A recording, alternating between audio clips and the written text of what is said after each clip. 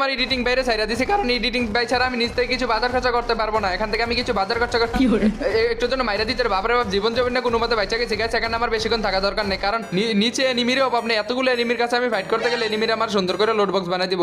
আর নিচে আর একটা ঘোরাফেরা করতেছে, একটুর জন্য মারতে পারি না, গ্লোয়াল মেরে নিচে রে এনিমিগুলোর কাছে এতগুলো গ্লোয়াল সমস্যা না গেছে। এখানে আমরা মারতে পারতাছি না, তাই জন্য নিচে যাইতেছি কিছু লোড ফোট করার জন্য, কারণ লোড তো দরকার। নিচে আমি অনেকগুলো লোড করে অনেকগুলো লোটে পাইয়া গেছি। এন্ড এদিকে একটা এনিমির শব্দ শুনতে পেয়েছি একটু। আরে জুনের ভিতরে বই এটা কি করে রে মতে নাকি তুই আলুর করে খালু। আর এটা মারতে পারলাম না, বাপরে বাপ গাইছে এখন আমার মাইরের বাড়িতে পাঠা দিত। জীবন যাপন কোনো মতে বেঁচে গেছি, আল্লাহর দয় মুরব্বির দয় বেঁচে গেছি, তোমাদের দয় বেঁচে গেছি।